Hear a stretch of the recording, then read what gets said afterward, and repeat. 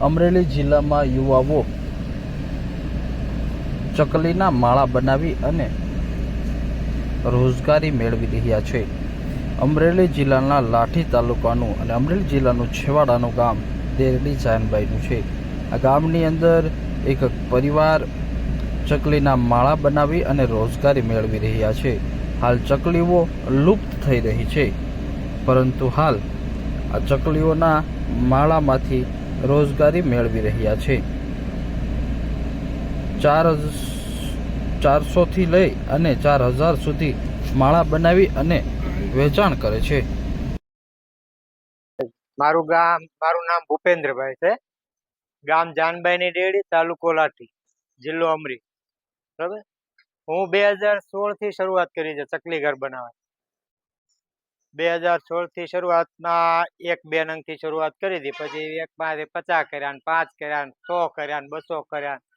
ત્યાં તો ઘણા સાંજે 5000 નંગ ગામમાંથી વેચાણ થાય ખરું। અમારે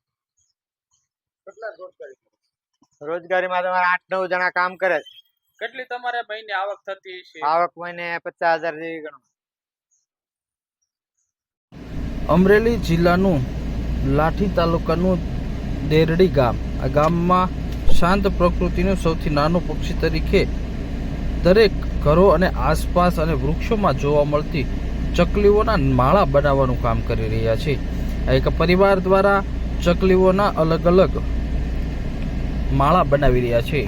હાલ જેમ આપણે અલગ અલગ ડિઝાઇનના મકાનો તૈયાર કરી રહ્યા છીએ, તેમજ આ ઘર પરિવારના વ્યક્તિઓ ચકલીની અલગ અલગ ડિઝાઇનનો ઘર બનાવી અને જેનું વેચાણ કરી રહ્યા છે। 25 રૂપિયાથી લઈ અને 150 રૂપિયા સુધીનો એક માળોનું વેચાણ કરવામાં આવે છે। રોજના 1000 થી 3000 સુધીના માળાનું વેચાણ કરવામાં આવે છે। આ પરિવાર પાસેથી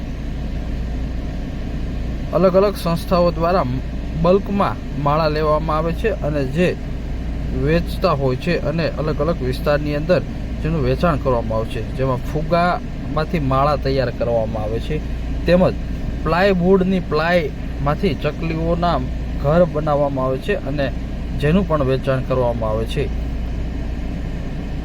હાલ ચકલીઓ લુપ્ત થઈ રહી છે। ભૂપેન્દ્રભાઈ મકવાણા 2016 થી આ ચકલીનો 2 માળા બનાવી અને શરૂઆત કરી હતી। આજે હજારો માળાનું પ્રતિદિન ટર્નઓવર કરી વેચાણ કરી રહ્યા છે। અલગ અલગ પેટર્ન, અલગ અલગ ડિઝાઇનના માળા બનાવવામાં આવે છે, તેમજ સાથે 4 વ્યક્તિઓને રોજગારી પણ પૂરી પાડવામાં આવે છે।